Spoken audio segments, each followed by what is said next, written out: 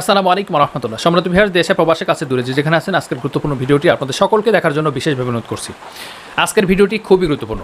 বাংলাদেশ এবং বাংলাদেশের মানবাধিকার নিয়ে, বাংলাদেশের ইসলাম নিয়ে, বাংলাদেশের অনুশাসন নিয়ে, সৎ লোকের শাসন এবং ইসলামিক আইন নিয়ে বাংলাদেশের জন্য আজকের ভিডিওটি খুবই গুরুত্বপূর্ণ। দেশে এবং প্রবাসে কাছে আর দূরে যেখানে আছেন সকলকে অসংখ্য ধন্যবাদ জানাচ্ছি এবং আজকের ভিডিওটি দেখার জন্য বিশেষভাবে অনুরোধ করছি। সম্মানিত ভিউয়ার্স, আপনারা জানেন বাংলাদেশ ইসলামী ছাত্র শিবির, বাংলাদেশ জামাত ইসলামী এবং বাংলাদেশের যে অঙ্গ সংগঠন আছে ছাত্র শিবির, জামাত ইসলামী কেন্দ্রিককে কখনোই তারা সুস্থ হালে সুন্দরভাবে বাংলাদেশের মধ্যে কার্যক্রম করতে পারেনি। তাদের সূচনা লগ্ন থেকে এ পর্যন্ত সম্পূর্ণভাবে বাধাগ্রস্ত হয়েছে, মজলুম হয়েছে, নিষ্পীড়ন হয়েছেন, নিপীড়ন হয়েছেন, জুলুমের শিকার হয়েছেন।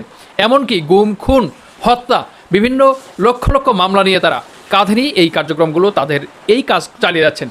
একটি মাত্র কারণ, সেটা হচ্ছে বাংলাদেশে ইসলামিক আইন, আল্লাহর হুকুম, বিধিবিধান কায়েম করার জন্য, দিন প্রতিষ্ঠার জন্য সর্বোচ্চ চেষ্টা এবং ত্যাগ স্বীকার তারা করেছেন।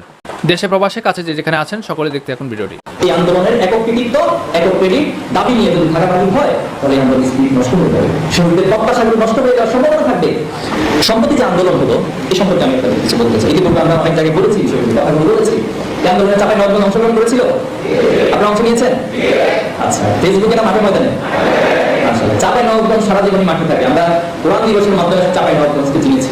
চাপাই নবাবগঞ্জ কি এর ইতিহাস বাংলাদেশের প্রেক্ষাপটে যে কোরআন দিবস রয়েছে, এবং কোরআন দিবস দিবস না, কোরআনের জন্য মানুষ কিভাবে জীবন উৎসর্গ করে দিতে পারে চাপাই নবাবগঞ্জবাসী সেটা বাংলাদেশের দৃষ্টান্ত স্থাপন করেছে। আলহামদুলিল্লাহ।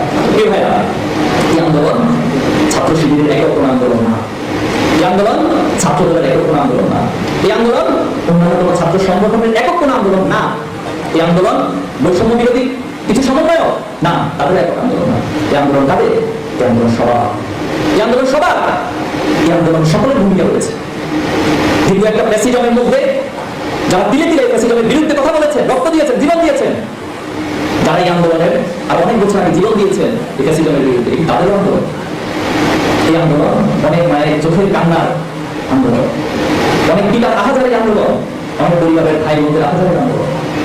এই আন্দোলন অনেক পানি নিয়ে রাস্তায় রাস্তায় ঘুরেছেন, তাদের আন্দোলন। খাবার নিয়ে রাস্তায় ঘুরেছেন, তাদের আন্দোলন। অনলাইনে ক্যাম্পেইন করেছেন, জীবনের ঝুঁকি নিয়ে অনলাইনে লেখালেখি করেছেন, এটি তাদের আন্দোলন। অনেক ভাইরা বিদেশ থেকে রেমিটেন্স বন্ধ করেছেন, তারা বিভিন্ন ইউনিভার্সিটির সামনে প্রতিবাদ করেছেন। আমরা দেখেছি যে দুবাইতে একটা অংশ প্রতিবাদ করতে গিয়ে তাদেরকে গ্রেফতার করা হয়েছে, আলহামদুলিল্লাহ এখন তারা ছাড়া পেয়েছে। এটি তাদেরও আন্দোলন।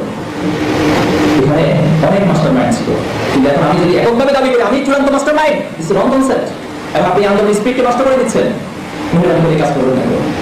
এই আন্দোলন সভা, এই আন্দোলন ছোট ছোট চিন্তা একসাথে দীর্ঘদিনের মানুষের অন্যায়ের বিরুদ্ধে সহ্য করতে করতে তাদের ধৈর্যের এক বাঁধ ভাঙা বহিঃপ্রকাশ। এই আন্দোলন স্পিরিট ছিল উত্তরপন্থী স্পিরিট। সেদিন কেউ কারো নিজের ব্যক্তি পরিচয়, দলের পরিচয়ের কথা মাথায় রাখে নাই, সবার পরিচয় ছিল আমার মাজলুম। আমরা জুলুমের শিকার হয়ে আসতে দীর্ঘদিন যাব। আমি বিভিন্ন হসপিটাল, বিভিন্ন সরকারের অনেকের সাথে কথা বলেছি, কেন দিয়েছিল আন্দোলনে। দেখছি যে জুলুম অন্যায়ভাবে মানুষকে হত্যা করা হচ্ছে। একজন তার চেয়ারকে রক্ষা করার জন্য, তার ক্ষমতাকে ধরে রাখার জন্য অসংখ্য মায়ের বুক খালি করছে। আমি কিভাবে সেটা সহ্য করবো? এটা ছাত্রদের আন্দোলন, এটা শ্রমিকদের আন্দোলন, এটা পেশাজীবীদের আন্দোলন, এটা বুদ্ধিজীবীদের, এটা সবার আন্দোলন। আহত হয়ে যারা এখনো পর্যন্ত পা হারিয়েছেন, হাত হারিয়েছেন, চোখ হারিয়েছেন অসংখ্য ভাইরা, এবং এখনো পর্যন্ত হসপিটালে কাটাচ্ছেন। এবং কিছু কিছু ভাইদের আমি তাদের এক্সরে রিপোর্টগুলো দেখলাম, এমন সিভিয়ার জায়গায় তার গুলিগুলো অবস্থান করতেছে, ডাক্তার মনে করছে সেই গুলিটা বের করতে গেলে সে মারা যাবে, এবং সেই গুলি বহন করে তিনি তার জীবনকে কাটাতে হবে। এই আন্দোলনের একক কৃতিত্ব,